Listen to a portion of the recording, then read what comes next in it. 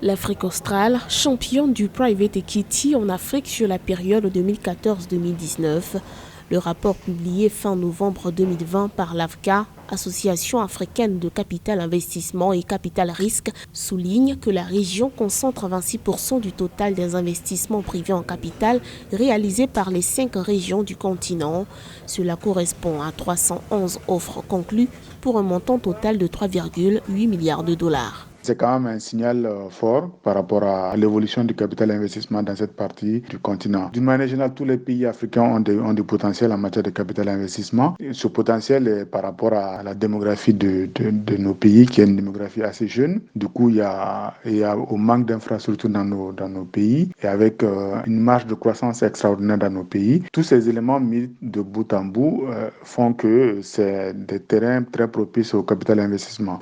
L'Afrique du Sud concentre 65% de ses investissements en capital effectués en Afrique australe grâce aux initiatives gouvernementales visant à renforcer l'attractivité du pays ces dernières années, d'après l'AFCA.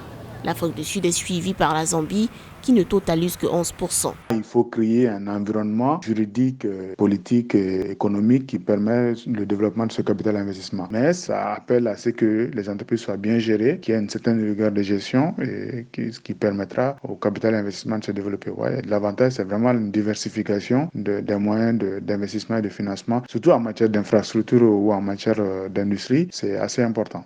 Selon l'AFCA, les opérations d'investissement en capital en Afrique ont atteint 1053 sur cette période pour un montant global de 25,4 milliards de dollars.